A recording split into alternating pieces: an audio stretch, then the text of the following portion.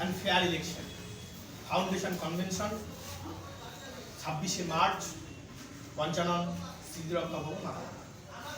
নীতিগত খসড়া প্রস্তাব তত্ত্বগতভাবে একটি সংসদীয় গণতান্ত্রিক ব্যবস্থার সাফল্য অর্জন করে গণতন্ত্রের সফল প্রয়োগ ঘটে যদি নির্বাচনী ব্যবস্থা প্রক্রিয়া স্বচ্ছ শান্তিপূর্ণ সুষ্ঠু ও অবাধ হয়। ভারত বিশ্বের সবচেয়ে বৃহৎ সংসদীয় গণতন্ত্রের দেশ।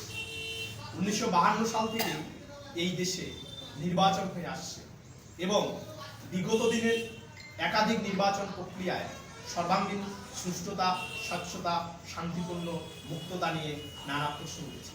হিংসা হয়েছে, হত্যা হয়েছে, ভয়ভীতি প্রদর্শন হয়েছে, পক্ষপাত হয়েছে, সর্বোপরি অর্থশক্তি, পেশি শক্তি এবং শাসন শক্তি অবাধ, সুষ্ঠু, শান্তিপূর্ণ নির্বাচনে নানা প্রতিবন্ধকতা সৃষ্টি হয়েছে।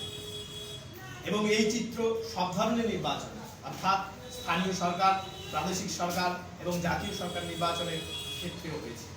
দিন দিন নির্বাচন আরো বদ্ধ, বিশৃঙ্খল, হিংস্র, পক্ষপাতদুষ্ট, কুলসিত এবং দূষিত হচ্ছে।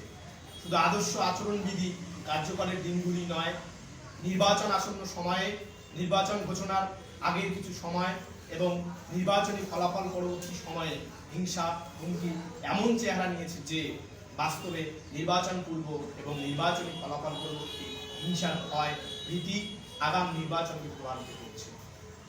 দিন দিন নির্বাচনী সংস্কৃতি দুর্বৃত্ত, দুষ্কৃতি ও দুর্নীতিমূলক হয়ে যাচ্ছে, যার সমাধান এককভাবে নির্বাচন কমিশনের কার্যক্রম, ক্ষমতা এবং আইনি কাঠামোর ক্ষমতার মধ্যে নেই এবং এখনো পর্যন্ত সম্ভব নয়।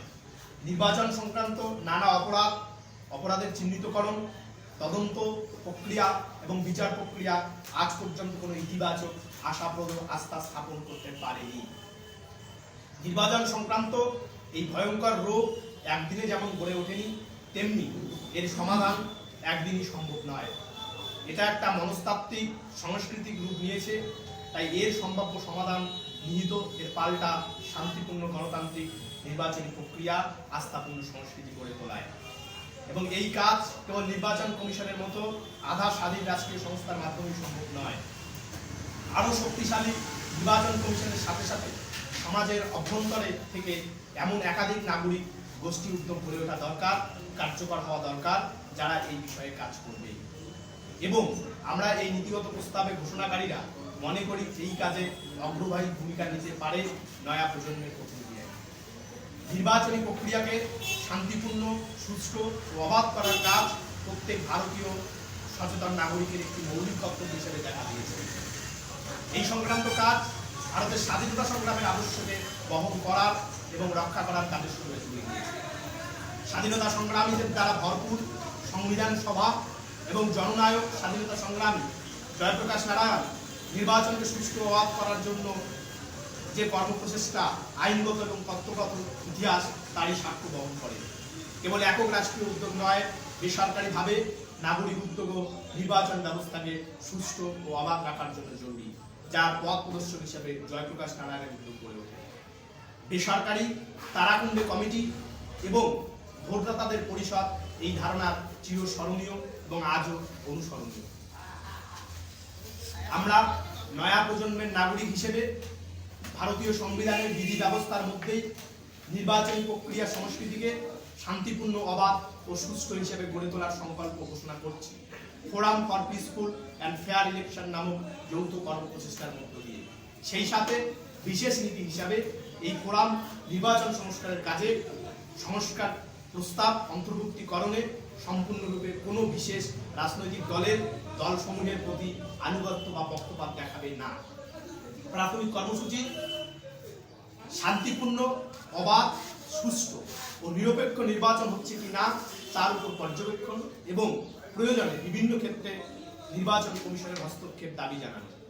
অবাধ, সুষ্ঠু, নিরপেক্ষ ও শান্তিপূর্ণ নির্বাচনের বিষয়ে প্রচার, সচেতনতা বৃদ্ধি করা।